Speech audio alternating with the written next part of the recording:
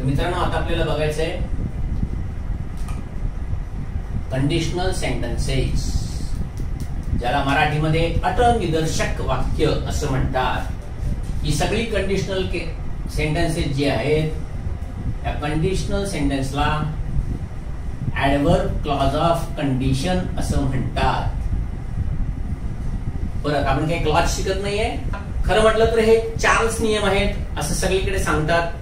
पण मित्रांनो मी तुम्हाला सांगितलं की परीक्षेमध्ये आता पुढचे नियम यायला लागलेले आहेत. त्यामुळे दुसरे पण अजून आपल्याला 3 रूल आहेत, तेही आपल्याला बघायचे आहेत. तर पहिले जे रेग्युलर जे 4 रूल सगळीकडे आहेत, सगळ्या पुस्तकांमध्ये आहेत, ते बघूया. आणि नंतर परीक्षेच्या दृष्टीने आता पुढचे रूल्स अजून काय आहेत त्याच्याकडे वळूया. तर कंडिशनल सेंटेन्स म्हणजे जर, मराठीमधली जर आणि तर असलेली वाक्य. जर आणि नंतर तर. तर इंग्लिश मध्ये या जर साठी इफ वापरतात. पूर्वीच्या काळामध्ये म्हणजे आम्ही ज्या वेळेला 10वीला वगैरे होतो त्यावेळेला आता तर साठी देन हे कंजंक्शन वापरलं जायचं. पण आता नवीन इंग्लिश मध्ये देन वापरती नाही. पण वापरलं तरी ते चुकी नसतं हेही लक्षात ठेवा. म्हणजे तुम्हाला हे माहिती असलं पाहिजे की इफच्या वाक्यामध्ये इफचा जो क्लॉज असतो तो ऍडव्हर्ब क्लॉज असतो आणि त्याच्यानंतरचा जो क्लॉज असतो म्हणजे ज्याला कोणतंही कंजंक्शन नसतं. कारण का इफ हे कंजंक्शन आहे ज्याला सब ऑर्डिनेटिंग कंजंक्शन असं म्हणतात. कारण का सब ऑर्डिनेटिंग कंजंक्शननीच ऍडव्हर्ब क्लॉज बनत असतो. त्यामुळे इफ हे कंजंक्शन आहे हे लक्षात ठेवा. आणि त्या इफचा जो क्लॉज आहे हा क्लॉज आहे हा सबऑर्डिनेट क्लॉज आहे. कारण का इफ हे कंजंक्शन आहे आणि कंजंक्शनच्या बरोबरचा क्लॉज हा नेहमी सबऑर्डिनेट क्लॉज असतो. आणि त्याच्यानंतरचा जो क्लॉज असतो तो मात्र मेन क्लॉज असतो. परत इफचा क्लॉज पहिलाच नेहमी असला पाहिजे असंही काही नाही. म्हणजे दोन्ही क्लॉजची जागेंची म्हणजे दोन्ही क्लॉजच्या जागांची अदलाबदल होऊ शकतेच. त्यामुळे तो काही प्रॉब्लेम नाहीये. कुठेही असू दे आपल्याला त्याच्याबद्दल काही देणं घेणं नाही. तर या इफच्या क्लॉजचे काही नियम आहेत आणि ते नियम काय आहेत हे आपण आधी थोडक्यात बघू आणि नंतर एक एक नियम काय आहे ते बघू. त्याच्यावरती प्रश्न आयोग कसं टाकू शकतो हेही बघू. कारण का मोस्टली आतापर्यंत फक्त 3च कंडिशन वरती प्रश्न विचारले गेलेले आहेत. अजूनपर्यंत पहिली जी कंडिशन आहे त्याच्यावरती कधीही प्रश्न विचारले गेले नाहीत. हे कायम लक्षात ठेवा. ह्याचा अर्थ ते परत कधीही विचारले जाणार नाहीत असं तर अजिबात नाहीये. त्यामुळे प्रश्न कधी पण काही विचारले शकतात. आणि उलट विचारलं गेलं तर मी तुम्हाला सांगतो 99% मुलं ही त्याच्यामध्ये कन्फ्युज होतील. हे मी तुम्हाला गॅरंटेडली सांगतो. का तेही आपण बघणार आहोत. आता सगळ्यात पहिल्यांदा पहिल्या ज्या 2 कंडिशन आहेत त्या 2 कंडिशन कडे वळू. दाखवताना मी इकडे आधी सगळ्या कंडिशन तुम्हाला दाखवणार आहे. त्या कंडिशनला काय म्हणतात हेही मुद्दामून दाखवणार आहे. कारण का परीक्षेसाठी हे खूप महत्वाचं आहे. कारण का परीक्षेसाठी आता तिथे त्या प्रकारे त्या कंडिशन वरती असणारे जे काही एक्सप्लेनेशन आहे त्या एक्सप्लेनेशन वरती प्रश्न पडत आहे. म्हणजे एखादी कंडिशन ही प्रॉबेबल कोणती आहे ही ओळखा, इम्पॉसिबल कंडिशन कुठली आहे ती ओळखा. असे वेगवेगळ्या प्रकारे आता प्रश्न विचारले जात आहेत. म्हणजे एका प्रश्नामध्ये 4 इफचे क्लॉज देऊन मग तिकडे विचारतायत की याच्यामधली प्रॉबेबल कंडिशन कुठली किंवा याच्यामधली इम्पॉसिबल कंडिशन कुठली किंवा याच्यामधली अनरियल कंडिशन कुठली. अशा प्रकारे ज्यावेळी प्रश्न विचारले जातात त्यावेळेला अशा प्रश्नांसाठी सुद्धा तुम्हाला तयार राहिलं पाहिजे. कारण का तसे प्रश्न एमपीएससीने विचारायला सुरुवात केली आहे. गेल्या 2 वर्षापासून ही सुरुवात झालेली आहे.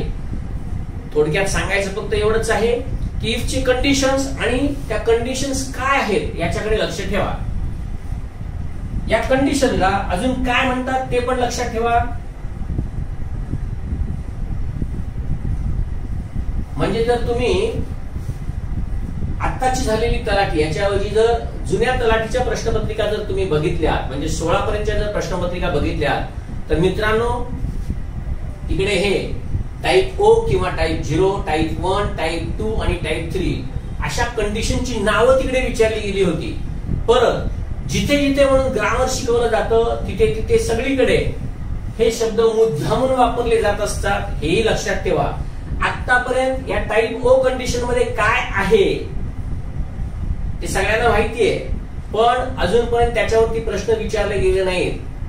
कदाचित उद्या म्हणजे येणाऱ्या परीक्षांमध्ये, आता नाही पण नंतर कधी पण त्याच्यावरती प्रश्न विचारले जाऊ शकतात, हेही लक्षात ठेवा. आता ही टाईप ओ ची जी कंडिशन आहे ती कंडिशन म्हणजे काय, तर त्या टाईप ओ च्या कंडिशन मध्ये general truth, universal truth,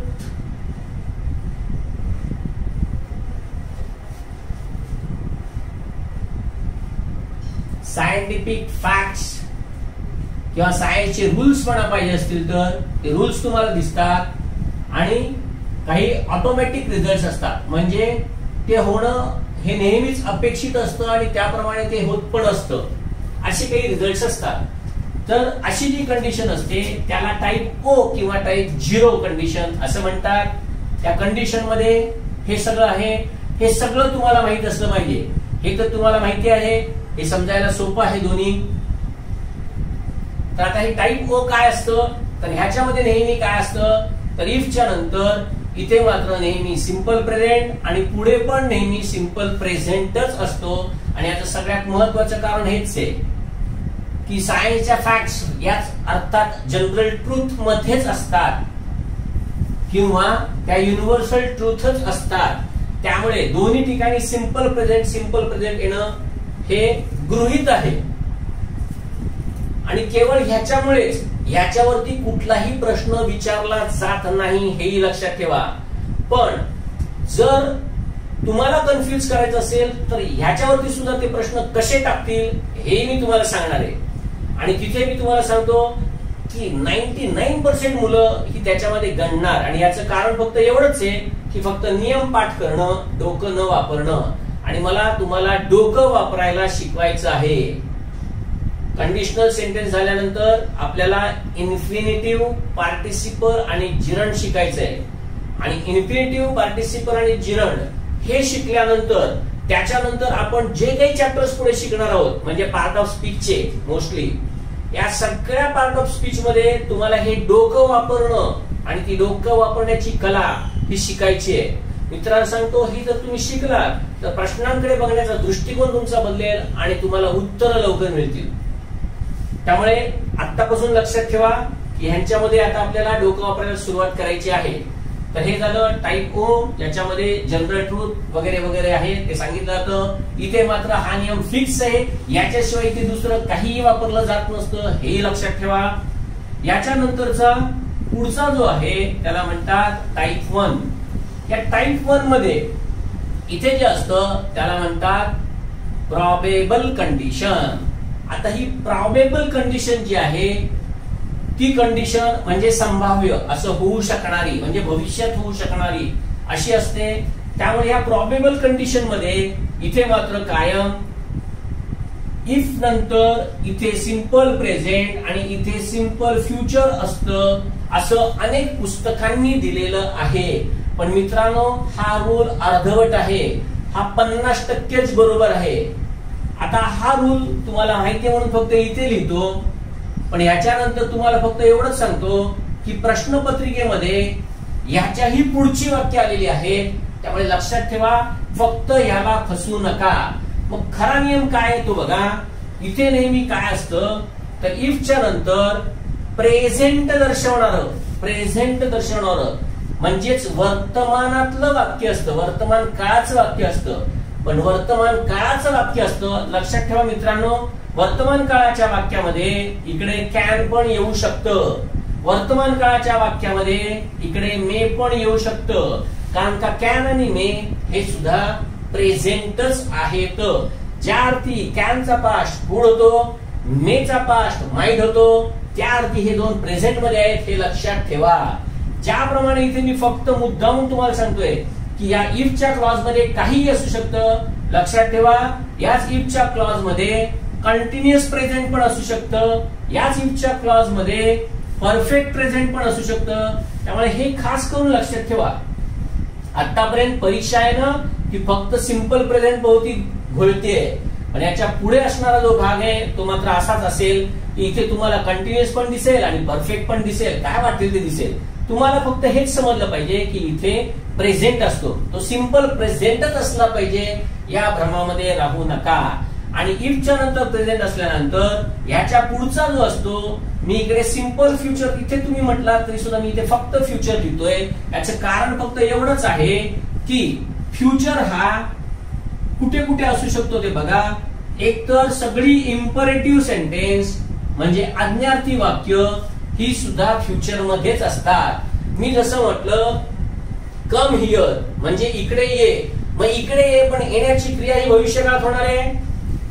imperative sentence ही ज्या वेळेला उपदेश देत नसतात, सल्ला देत नसतात, त्यावेळेला इम्परेटिव्ह सेंटेन्स मग ती रिक्वेस्ट असू दे किंवा अजून ऑर्डर असू दे ही फ्युचर मध्येच असतात. हे लक्षात ठेवा.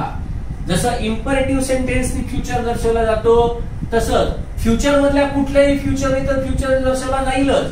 दुसरं मित्रांनो सांगतो कॅन मध्ये पण फ्युचर दर्शवला जाऊ शकतो कारण का पॉसिबिलिटी आहे आणि पॉसिबिलिटी भविष्यात पण असू शकते. मे मध्ये तर प्रॉबेबिलिटीज दाखवतात, कॅन मध्ये पण प्रॉबेबिलिटी दाखवतात आणि ही प्रॉबेबल कंडिशन आहे. त्यामुळे फ्युचरच्या ऐवजी इथे कॅन आणि मे हे पण येऊ शकतं, हेही लक्षात ठेवा. जसं इथे कॅन आणि मे येऊ शकतं तसंच इकडे शुड पण येऊ शकतं कारण का शुड हे सुद्धा फ्युचर मध्ये असतं. मी ज्या वेळेला तुम्हाला म्हणतो तुम्ही अभ्यास केला पाहिजे म्हणजे तो अभ्यास इथून आतापासून पुढे केला पाहिजे, म्हणजेच या शुड मध्ये सुद्धा फ्युचर असतं. तसंच मस्ट सेम अर्थाचं आहे त्यामुळे इथे पण फ्युचर असतं, हेही लक्षात ठेवा. ह्याच्या ऐवजी अजून बाकीचे कुठले हेल्पिंग वर्ब आहेत तर ते आहे विल हॅव टू वगैरे वगैरे. हे जे काय आहे हे पण फ्युचर दाखवतात. ऑट टू पण फ्युचर दाखवू शकतं. आपण शेवटी सगळ्यात 2 मॉडेल शिकलेले आहेत बघा. त्याच्यामधलं हॅड बेटर जे परीक्षेत 2दा येऊन गेलेलं आहे, परत कधी पण येऊ शकते, लक्षात ठेवा. सांगायचं फक्त एवढंच आहे आपण मॉडेल वर्ब शिकत असताना इथे हे पण बघितलेलं आहे की हॅड बेटर हे सुद्धा फ्युचर दाखवतं. त्यामुळे मित्रांनो फक्त ओपन माइंडेड राहा. मला फक्त एवढंच सांगायचं आहे की इथे नेहमी सिंपल प्रेझेंट आणि सिंपल फ्युचर असतो असं नाही. आता या 2च कंडिशन कडे आधी आपण बघूया आणि या 2 कंडिशन झाल्यानंतर मग पुढच्या 2 कंडिशन कडे वळूया. आधी या 2 कंडिशन तुम्हाला समजल्या. याच्यामध्ये सगळ्यात महत्वाचं इथे इफच्या नंतर सिंपल प्रेझेंटच असतं, इथे दुसरा कोणताही काळ येऊ शकत नाही. इथे मात्र सिंपल प्रेझेंट नसून कोणताही प्रेझेंट असतो, एवढंच फक्त लक्षात ठेवा. परत मित्रांनो हे कायम लक्षात ठेवा, जर तुम्हाला वाक्यांचा अर्थ समजला ना तर या कंडिशनला काडीमात्रही किंमत नाहीये. म्हणजे उगाच ते कंडिशन घेऊन त्याचे इफच्या नंतर सिंपल प्रेझेंट इफ नंतर सिंपल प्रेझेंट सिंपल अर्थात सोपे आहेत, ते पाठ पण होतात. पण जर वाक्यांचा अर्थ नाही समजला ना तर मित्रांनो लक्षात ठेवा जीवानिशी नाही 1 मार्कानिशी जाल आणि ते जाऊ नये म्हणून थोडस फक्त डोळे नीट उघडा, वेगळ्या प्रकारे बघा प्रश्नांकडे. तुम्हाला समजेल की प्रश्नपत्रिका बदली होत चाललेली आहे. ज्या वेळेला तुम्ही यांचा अभ्यास कराल ना मित्रांनो तुम्ही खूप सुदैवी आहात की तुम्हाला फक्त एकदाच लेक्चर नाही मिळणार आहे तर तुम्ही हे लेक्चर नंतर किती वेळा ऐकू शकता. मित्रांनो असं जर ऐकलं ना तर मी तुम्हाला खरंच सांगतो की तुम्हाला ग्रामर मध्ये सगळेच्या सगळे मार्क्स पडतील. एखादा मार्क चूक जाईल फक्त कारण का तेवढी डिफिकल्टी लेवल मुद्दामून मेंटेन केलेली असते, कळलं का. पण ऍव्हरेजच्या वरती जर तुम्ही गेलात ना तर मी तुम्हाला खरंच सांगतो की ज्या कोणाला फक्त 6-7 मार्कच फक्त पडतायत ना 30 पैकी म्हणा किंवा 40 पैकी म्हणा किंवा अगदी 50 पैकी सुद्धा ज्यांना फक्त 10-12 मार्क पडतायत ना फक्त इथे जे शिकवतोय त्याचा नीट डोकं शाबूत ठेवून डोक्यामध्ये प्रत्येक कॉन्सेप्ट घालून ते रूल्स घालून जर तुम्ही मी दिलेल्या ज्या प्रश्नपत्रिका तुम्हाला देतोय या जर तुम्ही सोडवल्या त्याच्यावरती विचार केला म्हणून मी सांगितलंय तुम्हाला प्रश्नपत्रिका करत असताना सोडवत असताना वेळ लागला तरी चालेल पण मला नियम तो कॉम्प्रिहेंड होतोय का हे समजून घ्या, आकलन होतोय का त्याचं मला तिथे ऍप्लिकेशन करता येतंय का हे समजून ज्यावेळी तुम्ही घ्याल त्यावेळी खरंच तुम्हाला मार्क्स खूप वाढतील. म्हणजे तुमच्या एक्सपेक्टेड जे काही तुम्हाला मार्क्स आहेत ना त्याच्यापेक्षाही वाढतील याची खात्री बाळगा. तर हे झाले याचे 2 रूल. या 2 रूल वरती ह्याच्यावरती वाक्य मात्र पडून गेलेले आहेत, ह्याच्यावरती आस्थागत कधी वाक्य पडून गेलेले नाहीयेत. आधी हा रूल काय आहे तो बघू. याच्यामध्ये हे बरंच काय काय दिलेलं आहे. परत आता काही लिहून घ्यायची गरज नाही, पुस्तकामध्ये हे सगळं दिलेलं पण आहे आणि मोस्टली तुम्हाला फक्त एकच सांगतो, नोट्स बनवायला जाऊ नका. त्याच्याऐवजी मी इथे जे जे रूल्स शिकवत आहोत ना, मी इथे जे जे रूल्स शिकवत आहे तुम्हाला तेवढेच रूल फक्त पुस्तकातून करा. बाकीचं पुस्तकामधलं इतर काहीही वाचायला जाऊ नका. तिथे भरपूर काही दिलेलं आहे. म्हणजे मला एका मुलाने विचारलं, सर तुमचं पुस्तक खूप जाड आहे, तर ते जाड पुस्तक आहे त्याच्यामधनं सगळा अभ्यास करायचा असतो का? मी म्हटलं बघ, पुस्तक लिहिताना त्याचे काही प्रोटोकॉल्स असतात, ते सांभाळावे लागत असतात. एक्सप्लेनेशन ग्रामरचं द्यायचं असतं, ते द्यावं लागतं. हे कोणासाठी आहे की ज्याने कधी इंग्लिशचा अभ्यास केला नाही त्यासाठी ते आवश्यक असतं. आपण इथे इंग्लिशचा अभ्यास करतोय, मी तुम्हाला हे सगळं समजावून देतोय, त्यामुळे तुम्हाला हे सहज समजतंय. पण मी जे रूल्स शिकवतोय त्याच्याकडे फक्त जास्तीत जास्त फोकस करा, लक्ष द्या आणि जेवढे शिकवतोय रूल तेवढ्याच रूल्सचा अभ्यास करा. बाकीच्या रूल्सचा अभ्यास करायला जाऊ नका. कारण का बाकीचे रूल्स जरी दिले असले तरी ते परीक्षेत येतीलच असं नाही. पण मी सांगतोय तेवढे मात्र येणारे 1-2 वर्षामध्ये नक्की येतील, याची मला खात्री आहे. असो, तर आता टाईप ओ काय आहे ते बघूया.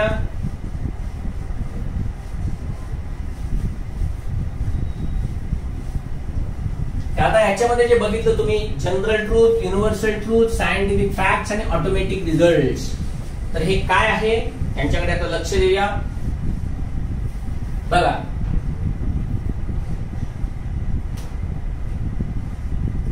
एकदम सोपं आहे समजायला.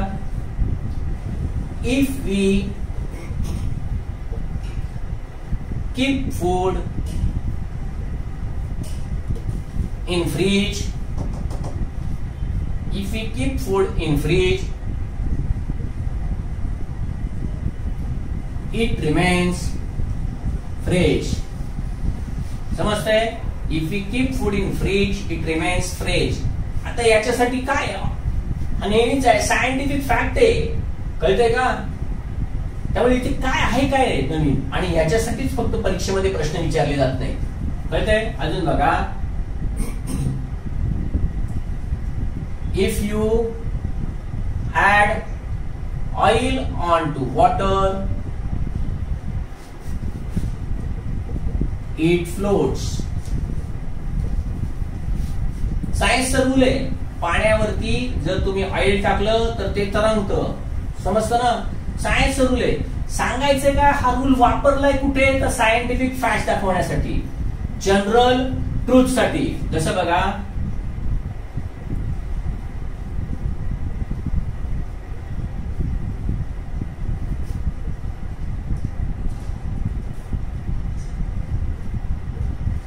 बघा, जनरल ट्रूथ आहे,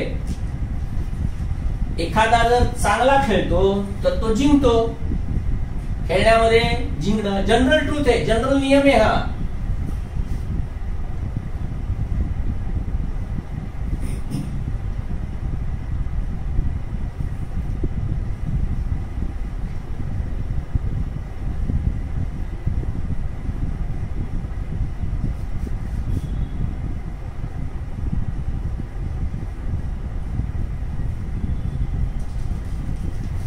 If you press this button, the door opens.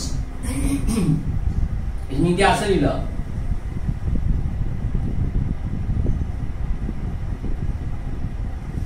Automatic result आहे. हे बटन दाबलं, फॅन चालू होतो. कळलं का? ऑटोमॅटिक रिझल्ट आहे. हे नेहमीच होत राहणार आहे.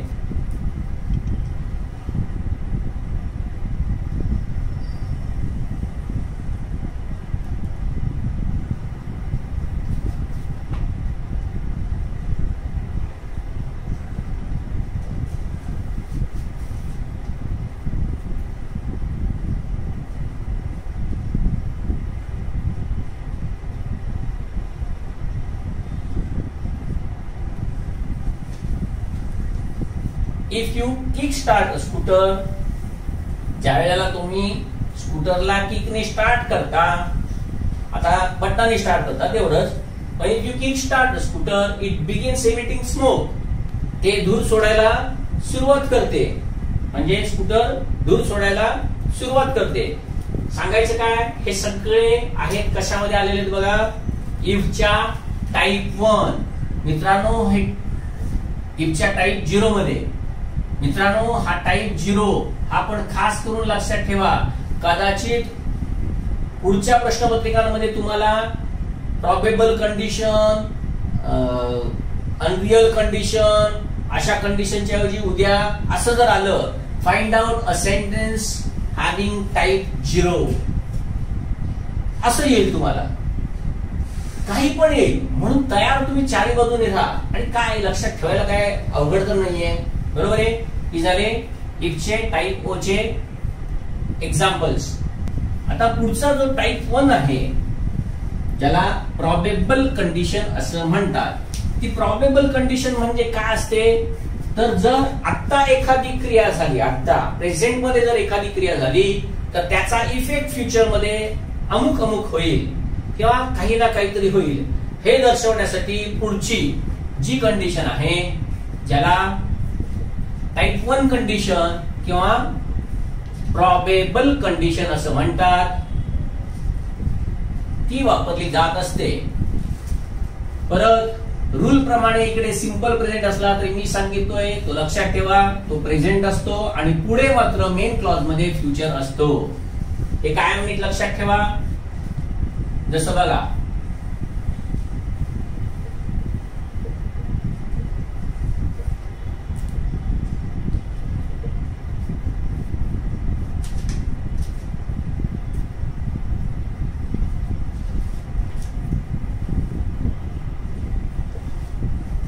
आता तुम्ही म्हणाल इफच्या नंतर तर प्रेझेंट दिसतोय, पण आता इकडे बघा फ्युचर आहे की नाही. बघा मित्रांनो, इफच्या नंतर सिंपल प्रेझेंट आहे, पण इकडे मात्र फ्युचर नाही मेन क्लॉज मध्ये. म्हणजे इथे जरी फ्युचर दिसत नसला तरी क्रिया फ्युचर मध्येच होणार आहे. मी समोरच्या व्यक्तीला किंवा माझ्या मित्राला किंवा माझ्या मुलाला मी काय सांगतोय की अरे जर तू आजारी आहेस तर डॉक्टरकडे जा, म्हणजे तो जाणार आहे भविष्य काळामध्ये. म्हणून मी तुम्हाला सांगतोय की फक्त प्रेझेंट आणि फ्युचर या भ्रमामध्ये राहू नका. उद्या जर तुम्हाला विचारलं की ही कुठली कंडिशन आहे आणि जर तुम्ही याला टाईप ओ, आधीची जी कंडिशन आहे टाईप ओ किंवा टाईप 0, कारण का दोन्हीकडे सिंपल प्रेझेंट दिसतंय, असा जर भ्रमामध्ये राहिला तर तुम्ही फसाल, एवढं लक्षात ठेवा. त्यामुळे इथे दिसताना काय दिसतंय ते बघा. अजून बघा पुढचं,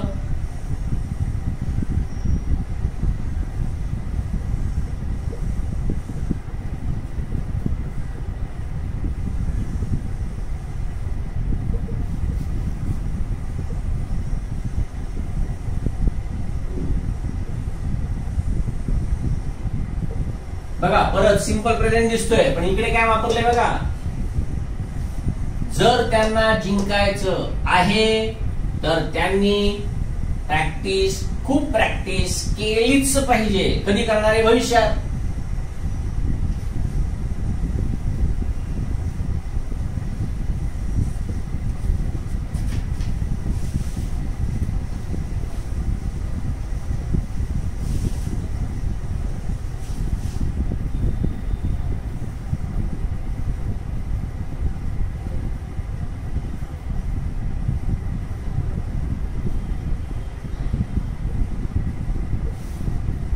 इफ इट रेन्स, आता इथे तुमचा हा रूल आला, सिंपल प्रेझेंट आणि सिंपल फ्युचर. जर पाऊस पडेल तर फार्मर्स अधिक आनंदी होतील.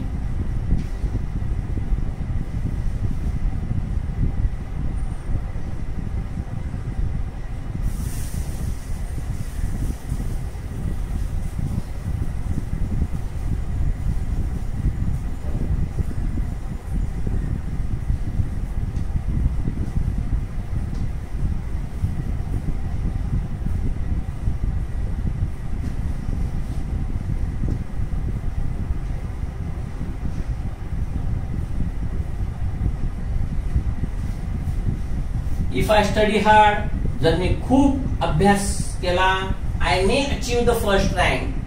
खात्री नाही माझी माझ्यावरती, म्हणून मी म्हणतोय फक्त मे, पण फ्युचरच आहे तर कदाचित मला पहिली रँक मिळेल.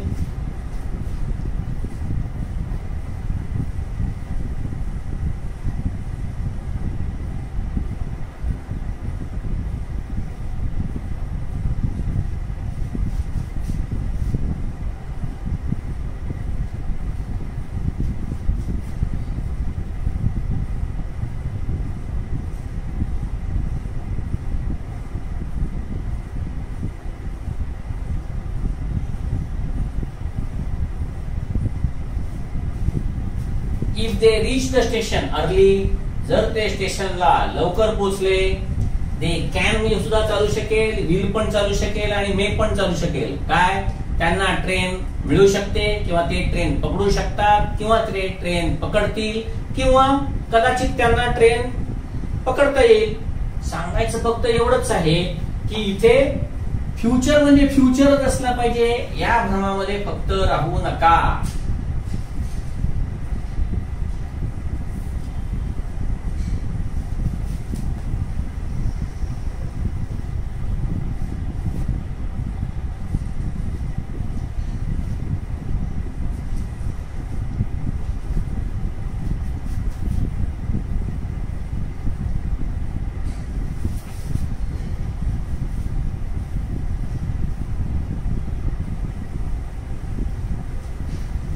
इफ चायना अटॅक इंडिया, जर चीनने भारतावर आक्रमण केले तर they will get befitting reply, तर त्यांना शोभेल असं उत्तर देण्यात येईल. कळतंय? असं उत्तर दिलं जाईल.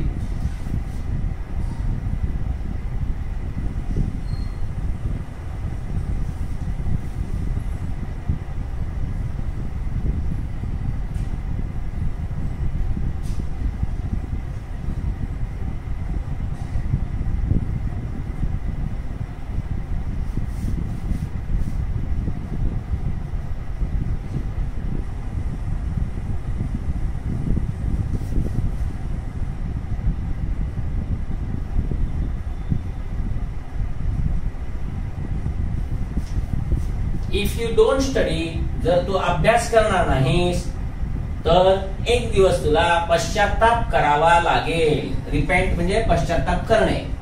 तर मित्रांनो, ही अशी किती वाक्य तुम्हाला सांगता येतील?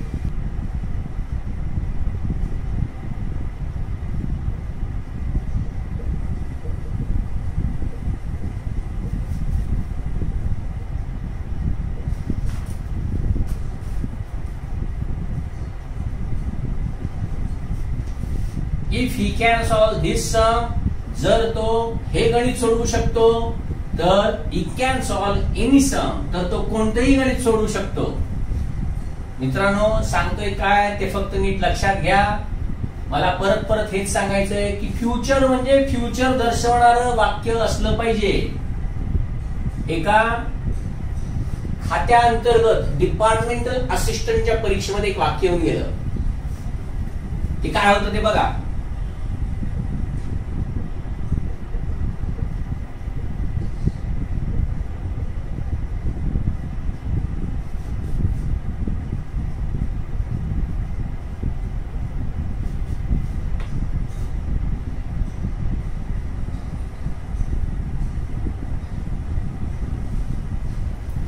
If there is rush of orders, जर खूप ऑर्डर्स असतात, म्हणजे जर खूप ऑर्डर्स असतील तर आम्हाला ओव्हरटाईम करावा लागतो. बघा, ह्याचा परिणाम स्वरूप म्हणून भविष्यात ही क्रिया होणार आहे.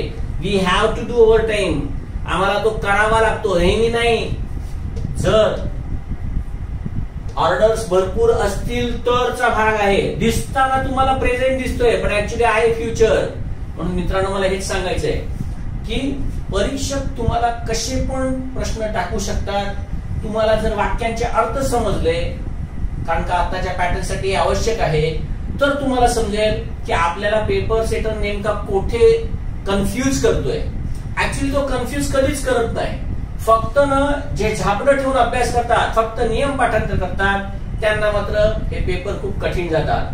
म्हणून मित्रांनो, अभ्यास करत असताना एकच लक्षात ठेवा की तिथे पुस्तकामध्ये असलेल्या प्रत्येक इंग्लिश वाक्याचा मराठीमध्ये अर्थ समजून घ्या, म्हणजेच इंग्लिश समजून घ्या.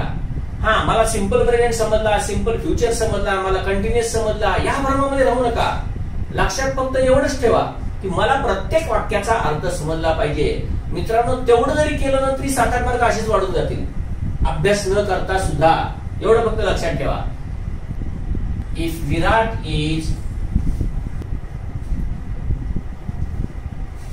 Heating their bowlers, India is sure to win. आपण हे शिकलेले बघा, बी आणि टू, गोइंग टू च्या नंतर शिकलेलं आहे की ज्याच्यामध्ये सुद्धा फ्युचर असतो. India is sure to win म्हणजे भारत नक्कीच जिंकायचा आहे. कळलं का? जर विराट त्यांच्या गोलंदाजांना मारत असेल तर भारत नक्कीच जिंकायचा आहे. म्हणजेच तो नक्कीच जिंकेल. म्हणजे याच्याऐवजी जर मी असं केलं तरी पण चालणार आहे. India will surely win. त्यामुळे वाक्य काही पण असू शकेल मित्रांनो, फक्त त्याच्यामधनं फ्युचर दिसत आहे का हे लक्षात ठेवणं अत्यंत महत्वाचं आहे. आणि ते जर तुम्हाला समजलं, म्हणजे आता इथे दिसताना जर तुम्हाला समजा अशी काही वाक्य दिली, हे नाही पण अशी काही वाक्य दिली आणि त्याच्यामध्ये जर तुम्हाला विचारलं या वाक्याचं की find out the probable condition आणि हे दिलं नसेल, फक्त एवढंच दिलंय, तर आता तुम्ही हे बघत बसणार आहे का, अरे इथे तर प्रेझेंट आहे आणि इथे पण प्रेझेंट आहे, मग कशी काय प्रॉबेबल कंडिशन असेल. प्रॉबेबल कंडिशन मध्ये तर सिंपल प्रेझेंट आणि सिंपल फ्युचर असतो. तर मित्रांनो या भ्रमात राहू नका. हे सगळे दिवस गेले, आता ते सगळे 2012च्या पूर्वीचे दिवस आहेत. 13 पासून पॅटर्न चेंज, आता हे पण चेंज झालं पाहिजे एवढं लक्षात ठेवा. ज्या वेळेला तुमची दृष्टी बदलेल, दृष्टी चेंज होईल ना, त्यावेळेला तुम्हाला लगेच वाक्य समजायला लागतील. आणि ह्याच्यासाठी दृष्टी एकच ठेवायची, मला प्रत्येक वाक्याचा अर्थ समजला पाहिजे. ह्याच्यामध्ये मला फ्युचर दिसतोय का, दिसतोय मग प्रॉबेबल कंडिशन आहे. अजून बघा,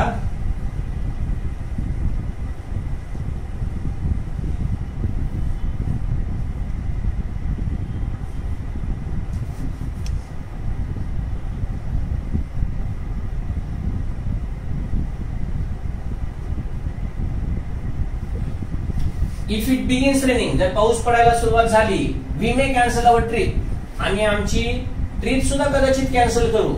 काय ना फ्युचर आहे. नाही पण मे तर कुठे दिलेलंच नाही, सिंपल फ्युचरच पाहिजे. मित्रांनो तुम्हाला हेच सांगायचं आहे की कुठल्याही भ्रमामध्ये राहू नका. या सापडातून आणि या जोखडातून आता मोकळे व्हा, वेगळे व्हा. काही अर्थ नाही. जी पुस्तकं आतापर्यंत तुम्ही रेफर केली, ही सगळी पुस्तकं ही अर्धवट तुम्हाला शिकवत आहेत.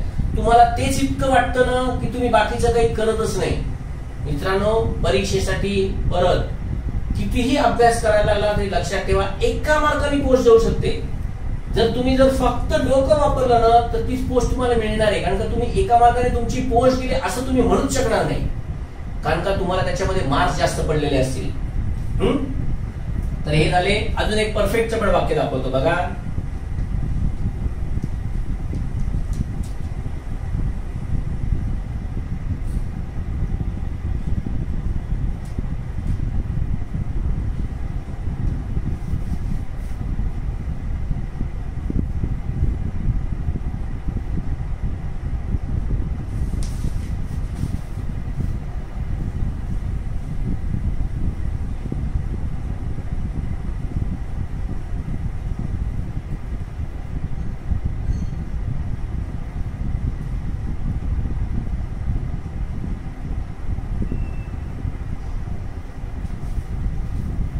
If the company has earned profit this year, they will increase our payment.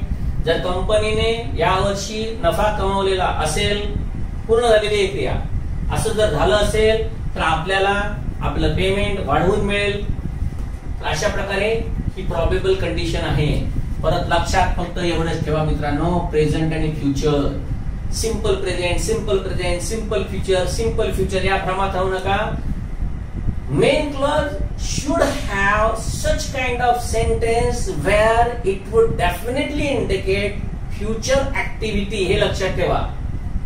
There can be any model showing or indicating present in if clauses. हे लक्षात ठेवा. एवढं सगळ्यात महत्वाचं आहे ना, हे लक्षात ठेवा मित्रांनो. बाकी याच्यामध्ये काही अर्थ नाही. कळलं का? आणि एवढं जर तुम्हाला समजलं ना तर तुम्हाला काही समजेल. वाक्य तर मी कितीही तुम्हाला सांगू शकतो, 100 वाक्य आता लिहून देऊ शकतो. ते पाठ करायला लागत नाही, कारण का हे रेग्युलर इंग्लिश आहे. कळलं का? असं घेतलं आणि बघून लिहित बसलो हे असले प्रकार नाही. तुम्ही सांगा त्या कंडिशन वरती वाक्य लिहिता येऊ शकतं. याचं कारण फक्त एवढंच आहे की मला इंग्लिश येतं. मला असं नाही म्हणायचंय की तुम्हाला इंग्लिश येत नाही. तुम्हाला येतंय पण तुम्हाला समजत नाहीये की तुम्हाला येतंय ते. आणि ते समजण्यासाठी फक्त तुम्हाला सांगतो तेच करा. फक्त की वाक्याचा मराठीमध्ये अर्थ समजलाच पाहिजे, एवढं कायम लक्षात ठेवा. आता ह्या टाईप ओ वरती आणि टाईप 1 वरती कशा प्रकारे प्रश्न येऊ शकतात ते बघा. त्याच्यामधलं आता जे टाईप 1 आता आपण बघितलं की इफच्या नंतर प्रेझेंट आणि मग फ्युचर, त्याच्यावरती वाक्य अनेक येऊन गेलेले आहेत. प्रातिनिधिक स्वरूपामध्ये की ज्याच्यामध्ये आयोगाने म्हणजेच आयोगाच्या पेपर सेटरनी म्हणजेच जे जे प्रोफेसर पेपर सेट करतायत ते कुठल्या अँगलने बघतायत ना ते बघा.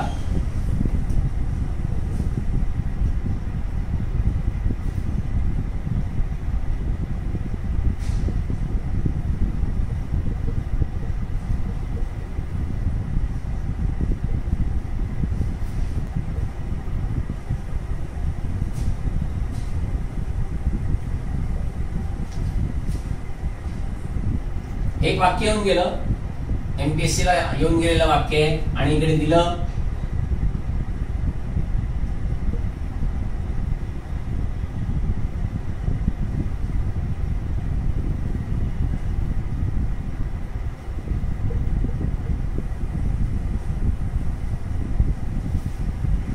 बघा मित्रांनो, if he doesn't lock the cycle. आता जर तुम्ही नियम पाठ करत बसलात तर तुम्ही म्हणाल सर इकडे व्हीलच आलं पाहिजे, पण व्हील आलं तर काय फरक पडतो ते बघा. म्हणजे समजा माझ्याकडे क्लासला कोणतरी आलाय आणि त्याने खाली सायकल लावली आणि सायकल लावल्यानंतर समजा त्याने लॉक केले नाही, तर मी त्याला वरती आल्यानंतर म्हणेल अरे बाबा सायकल लॉक केली का, नाहीतर कोणतरी चोरून घेऊन जाईल, नाहीतर सायकल चोरी होईल. आता ती सायकल चोरी होईल असं मी का म्हणतो, कारण का गेल्या वर्षभरामध्ये किंवा 5-6 महिन्यामध्ये मला असं दिसलेलं आहे की आमच्या इथून सायकल चोरीला गेलाय. याचा अर्थ मग असा आहे का की तुझी सायकल चोरी होणारच, असा नाहीये, कळलं का. म्हणून इथे फक्त हे उत्तर बरोबर येतं, हेच मला सांगायचंय की शक्यता आहे, शक्यता सायकल चोरी होण्याची.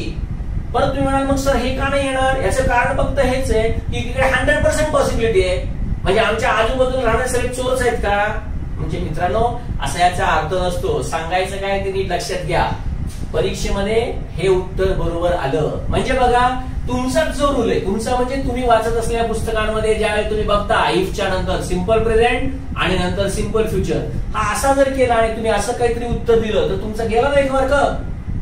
मला सांगायचं हेच आहे मित्रांनो, भ्रमामध्ये राहू नका कुठले की नाही हेच उत्तर आलं पाहिजे. Simple present simple future probability मध्ये निश्चितच असतं असं काहीही नाही.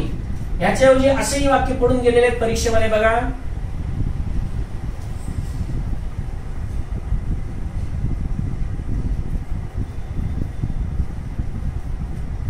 आणि हे सोपा प्रकार असतो, असं ज्या वेळेला देतात त्यावेळेला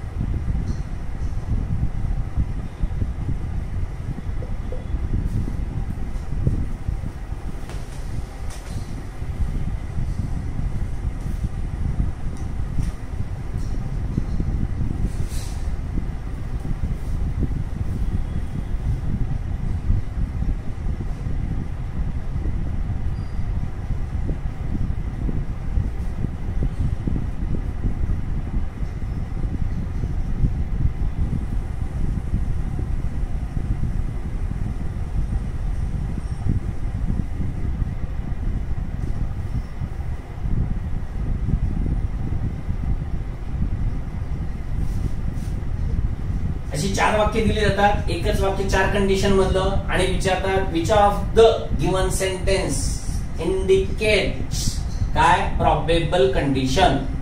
अर्थात समजायला खूप सोपं आहे, कुठला एक पर्याय बरोबर असतो. असे जर प्रश्न असतील तर मार्क मिळणारच आहेत, त्याच्याबद्दल काहीच नाही. पण असे जर कन्फ्युज करणारे आले तर मात्र मित्रांनो अभ्यास नीट करायची आवश्यकता आहे. हे अलीकडे येऊन गेलेलं, हे पण अलीकडेच येऊन गेलेलं आहे या अशा प्रकारचं वाक्य. पण कुठल्या प्रश्नपत्रिकेमध्ये विचारता येत ना त्याच्यामध्ये मात्र फरक आहे. म्हणजे राज्यसेवेच्या परीक्षेला जर असं प्रश्न विचारले तर आता त्यांना मटका लागला असंच म्हणता येईल. मला हे काहीच सांगायचं नाही, अभ्यास मात्र आपला सगळ्या दृष्टिकोनातून असला पाहिजे, कळतंय. हे असं विचारलं जाते. आता बघा पुढचं मी तुम्हाला अजून एक वाक्य दाखवतो आणि त्याच्यामध्ये बघा म्हणजे आयोगाचे पेपर सेटर जर आता प्रश्न टाकायचे असतील तर ते कसे टाकतील आणि त्याच्यामध्ये तुम्हाला काय समजतंय का नाही ते बघा. कारण का तुम्हाला माहिती आहे आता करेक्ट आणि इनकरेक्ट सेंटेन्स असे विचारायची स्पर्धा लागलेली आहे पेपर सेटर मध्ये. कोण सगळ्यात अवघड विचारतंय असं जर असेल तर काय वाक्य येऊ शकतात ते बघा.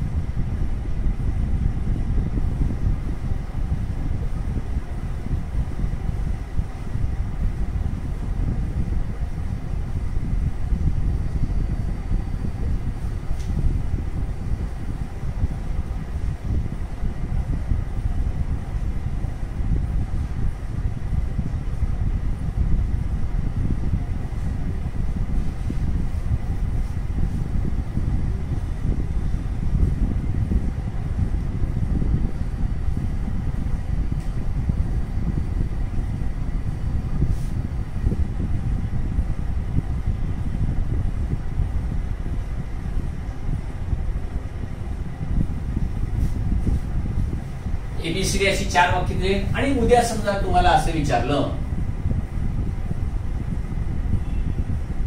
परीक्षेमध्ये असं आलेलं नाही.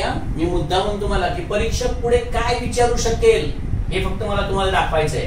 कळलं का की पेपर सेटरच्या भूमिकेमध्ये जाऊन तुम्हाला विचार करता आला पाहिजे. ठीक आहे तुम्हाला नाही करता येते पण मला करता येतोय. त्यामुळे उद्या पेपर सेटर या 2 कंडिशन वरती वाक्य द्यायचे असेल तर तुमचं कसं तुम्हाला कसं एकदम कन्फ्युज करेल तुम्ही कसं एकदम जम्पिंग होऊन जाल त्याच्यासाठी फक्त दाखवतोय. समजा अशी 4 वाक्य दिली आणि जर तुम्हाला विचारलं की ह्याच्यामधली प्रॉबेबल कंडिशन असलेलं वाक्य कुठलं आणि त्यांनी खाली दिलेत एबी बरोबर सीडी बरोबर बीसीडी बरोबर आणि ओनली सी बरोबर. आता ज्यावेळेला तुम्ही सोडवायला जाल त्यावेळेला तुम्हाला ज्यावेळेला वाक्याचा अर्थ समजेल त्यावेळेला तुम्हाला समजेल की देच्या नंतर म्हणजे इफच्या क्लॉज मध्ये विल इथेच तुम्ही चूक द्याल. एकदम बरोबर आहे. आता पुढचं वाक्य ज्यावेळेला तुम्ही बघाल आणि तुम्ही काय कराल माहितीये का त्या कंडिशनला पकडून राहाल. If we heat metal it will expand म्हणजे ज्या वेळेला आपण एखादा धातू गरम करू त्यावेळेला तो एक्सपांड होईल. तुम्ही म्हणाल येस सिंपल प्रेझेंट आणि सिंपल फ्युचर दिसतंय बरोबर आहे. पुढे if they work hard there will be bumper yield this year जर त्यांनी खूप कष्ट केले तर या वर्षी खूप चांगलं पीक येईल. कळलं बंपर यील्ड म्हणजे खूप चांगलं पीक उत्पादन पिकाचं उत्पादन खूप चांगलं ज्यावेळेला येतं त्यावेळेला त्याला बंपर यील्ड असं म्हणतात. इफ दे वर्क हार्ड म्हणजे जर त्यांनी खूप कष्ट केले तर या वर्षी खूप चांगलं उत्पन्न येईल. त्यामुळे हे पण तुम्हाला दिसते simple present simple future. Okay probable condition मध्ये 2 वाक्य तर मिळाली. If ice remains in the year जर बर्फ हवेमध्ये राहिला तर इट विल मेल्ट तो वितळेल. तुम्ही म्हणता हे पण बरोबर आहे आणि तुम्ही म्हणणार 3 तर बरोबर आहे. पटकन तुम्ही काय करणार उत्तर देणार आणि मोकळे होणार. आणि मित्रांनो आता इथेच तुम्हाला डोकं लावता आलं पाहिजे. एवढं सरळ सरळ जर प्रश्न विचारला आणि जर तुम्हाला मार्क्स मिळायला लागले तर मग ते पेपर सेटर कसले पेपर सेटर काय करतात ते आता ऐका. हे तर ठीक आहे तुम्हाला चूक आहे समजलं नो प्रॉब्लेम एट ऑल. पण ज्या वेळेला तुम्ही हे वाक्य बघाल, मराठीमध्ये याचा अर्थ समजून घ्याल तर तुम्हाला हे समजते काय की मेटलला जर गरम केलं तर ते एक्सपांड होतं. पण हा सायंटिफिक रूल आहे. कोणतंही मेटल घ्या ना तुम्ही, मग तो लोखंड घ्या, सोनं घ्या, नाही तर चांदी घ्या किंवा अजून कुठलेही मेटल घ्या, इव्हन पारा, तुम्हाला माहिती आहे मर्क्युरी थर्मामीटर मध्ये काय एक्सपांड होतो, तो वाढताना का दिसतो, कारणच आहे त्याचं. थोडक्यात हा रूल तुम्हाला सगळ्यांना माहिती आहे. मग इथे व्हील घेऊन चालेल का, तर अजिबात चालणार नाही. हे वाक्यच इकडे चुकीचं आहे. इकडे इट एक्सपांड्स असंच म्हणता आलं पाहिजे. म्हणजे थोडक्यात हा सायंटिफिक रूल्स आहे ना, त्याचा नियम आहे. फक्त इकडे तुम्हाला फसवण्यासाठी पेपर सेटरनी काय केलं माहितीये का, बिल टाकून दिलं आणि आपण प्रॉबेबल कंडिशन, एक सिंपल प्रेझेंट सिंपल फ्युचर एवढाच भोगत राहिलो. थोडक्यात डोकं वापरा, डोकं, कळलं का. दोन कानांच्या मध्ये जो अवयव दिलाय ना, तो अवयव वापरला तर म्हणून मी तुम्हाला सांगितलं की नुसते कंडिशन आणि त्याचे टेन्सेस, त्याचे कुठले if simple present simple present आणि if simple present simple future हे असलं पाठ करू नका. त्यांचं ऍप्लिकेशन कुठे होणार आहे ना ते लक्षात ठेवा. दिसताना तर इथे प्रॉबेबल कंडिशन दिसते, पण ह्या वाक्याच्या अर्थामधून काय समजते, ही प्रॉबेबल कंडिशन नाहीच आहे, ही सायंटिफिक कंडिशन आहे. हे युनिव्हर्सल ट्रूथ आहे, हे जनरल ट्रूथ आहे. आणि तसं जर असेल तर हे वाक्यच चूक आहे. कळतंय. इकडे मात्र हे वाक्य बरोबर आहे, कारण का जर असं झालं तर प्रॉबेबल आहे की बंपर रेट येईल. पण परत इथे पण सायंटिफिक रिझल्ट आहेत बघा. युनिव्हर्सल ट्रूथ दिसतंय की जर बर्फ हवेत राहिला तर तो वितळेल, वितळेल नाही तो वितळतोच. सायंटिफिक रूल्स आहे. म्हणजे इकडे हे न येता इथे मेल्ट्सच आलं पाहिजे. मित्रांनो उत्तर काय बरोबर आले बघा, फक्त सी बरोबर आले. कळतं का. बाकी हे पण चूक आणि हे पण चूक. म्हणजे दिसताना पेपर सेटर देताना काय देईल आणि आपल्याला काय आलं पाहिजे ह्याच्याकडे लक्ष ठेवा. कळलं. कोणतंही जे आतापर्यंतच्या कंडिशन आहेत या कंडिशन कडे जाऊ नका, त्या भ्रमात राहू नका, नुसती तेवढी सूत्र पाठ करू नका. तर या दोन कंडिशन झाल्या.